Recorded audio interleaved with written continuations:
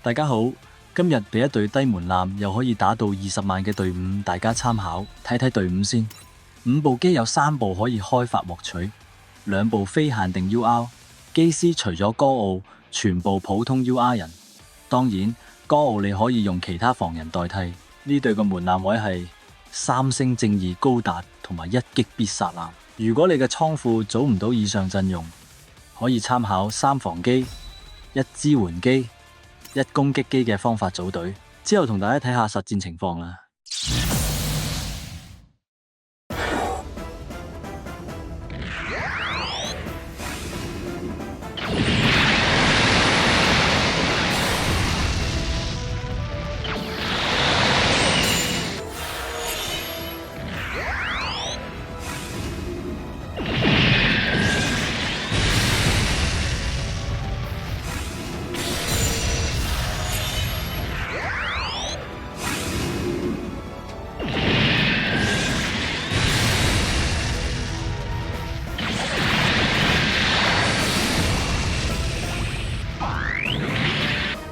私もすでに覚悟はできています。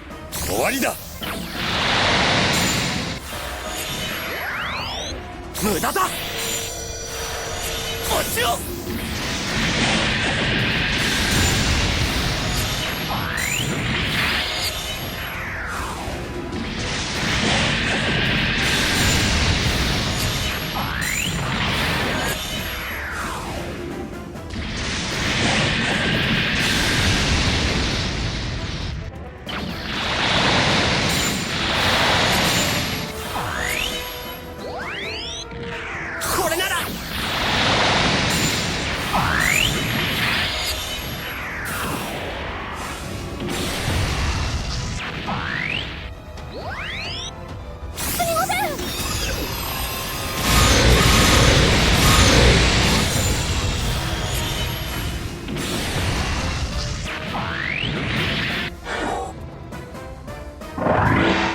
私もすでに覚悟はできています。